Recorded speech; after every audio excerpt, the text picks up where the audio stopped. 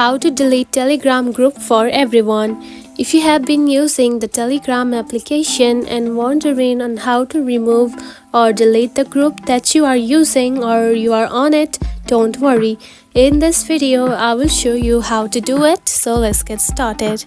First of all, open the Telegram application just like this. After opening it, you will find something like this on your home screen. Now, you can see the chats right here. Now simply locate the group first that you want to delete. Just like this. After that, simply keep on tapping on this group. Just like this. Then here you can find delete option. Select it. Then here you can find delete just for me or delete for all subscribers.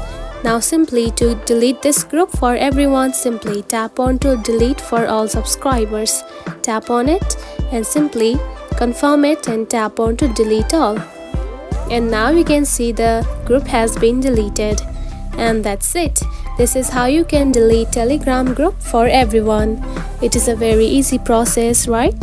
If you found this video helpful, don't forget to like and subscribe for more tips. Thanks for watching.